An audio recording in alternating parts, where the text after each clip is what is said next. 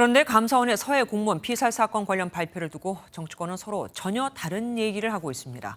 국민의힘은 전 정부 청와대가 개입해 치밀하게 조작된 사건이라고. 더불어민주당은 조작 감사라며 국정조사 추진 방침을 밝혔습니다. 감사한 걸 조사하자 이거죠. 도대체 누구 말이 맞는 걸까요? 강영호 기자가 보도합니다. 2020년 서해 공무원 피살 사건은 당시 정부가 사실관계를 은폐 왜곡했다는 게 지난 57일간 벌여온 감사원 감사의 결론입니다. 국민의힘은 자진월북이라는 결론을 정해놨다는 점을 집중적으로 부각시켰습니다. 자진월북이라는 이미 정해진 각본을 위해 결론에 맞지 않은 진실들은 의도적으로 배제됐고 해경은 월북 근거를 만들기 위해 실험 결과마저 왜곡하는 행위를 서슴지 않았습니다.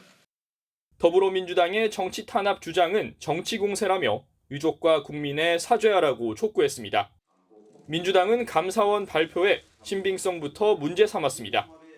어제 감사원의 기습적인 중간 발표는 첩보와 정보도 구분할 줄 모르는 초보 감사였습니다.